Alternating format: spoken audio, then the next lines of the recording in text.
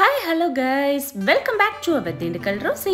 இன்னைக்கு நம்ம Dindigul ரோசில egg chili எப்படி செய்யறதுன்னு பார்க்க போறோம். இது செய்யறது ரொம்ப ஈஸி. வாங்க எப்படி செய்யறதுன்னு பார்த்திரலாம். egg chili செய்யறதுக்கு கடாயை அடுப்புல வச்சிட்டு ஹீட் ஆனோனே கோகனட் ஆயில் வந்து ஒரு 2 டேபிள்ஸ்பூன்ல இருந்து 3 டேபிள்ஸ்பூன் வரைக்கும் நம்ம சேர்த்துக்கலாம். ஒரு அரை ஸ்பூன் அளவுக்கு சீரகம், வெங்காயத்தை பெரிய வெங்காயம் வந்து 2 பெரிய வெங்காயம் வந்து எடுத்திருக்கேன். அதை இந்த மாதிரி 4 மட்டும் கட் பண்ணி நம்ம சேர்த்து வதக்கிக்கலாம். வெங்காயம் அதிகமாக வந்து வதங்கக்கூடாது. லைட்டாக நம்ம பிரட்டி விட்ட மாதிரி லைட்டாக கலர் வந்து சேஞ்ச் ஆனால் வந்து போதும்.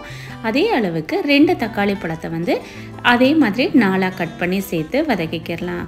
வெங்காயமாக இருந்தாலும் சரி, தக்காளியும் சரி, அதிகமாக இந்த எக் சில்லிக்கு வந்து ஃப்ரை ஆகக்கூடாது. லைட்டாக வந்து வதங்கினா போதுமானது.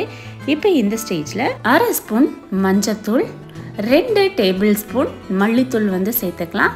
1 டேபிள் ஸ்பூன் தனி மிளகாய்த்தூள், அரை ஸ்பூன் கரம் மசாலா, அரை ஸ்பூன் மிளகுத்தூள், 1 டேபிள் ஸ்பூன் அளவுக்கு தூளுப்பு வந்து சேர்த்து இதை நல்லா வந்து கிளறிக்கலாம்.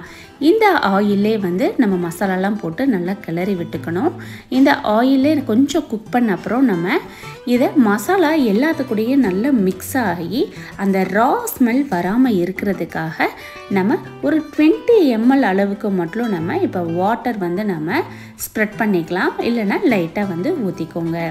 இது ஊற்றுறது நல்லா எல்லா அந்த இன்க்ரீடியன்ட்ஸும் நமக்கு அந்த வெங்காயம் தக்காளி கூட மிக்ஸ் ஆகும். ரா ஸ்மெல் வந்து நமக்கு இருக்காது. இப்போ நல்லா தண்ணிலாம் வந்து சுண்டிருச்சு. இந்த ஸ்டேஜில் நம்ம கட் பண்ணி வச்சுருக்கிற முட்டைகளை வந்து சேர்த்துக்கலாம். அது கூடவே கருவேப்பிலை, கொஞ்சமாக மல்லித்தலை. இப்போ இது எல்லாத்தையும் சேர்த்து நல்லா பிரட்டி விட்டுக்கலாம்.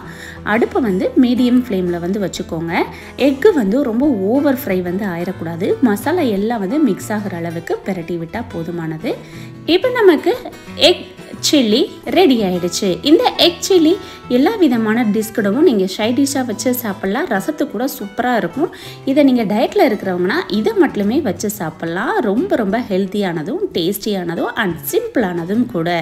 இந்த எக் சில்லி உங்கள் எல்லாருக்கும் ரொம்ப பிடிச்சிருக்கும்னு நினைக்கிறேன். பிடிச்சிருந்ததுன்னா மறக்காமல் நம்ம சேனலை சப்ஸ்கிரைப் பண்ணிக்கோங்க. கூடவே பெல் ஐக்கானையும் கிளிக் பண்ணிடுங்க. தேங்க்யூ ஃபார் வாட்சிங். இன்னொரு நாள் இன்னொரு வீடியோவில் சந்திக்கிறேன். பாய்.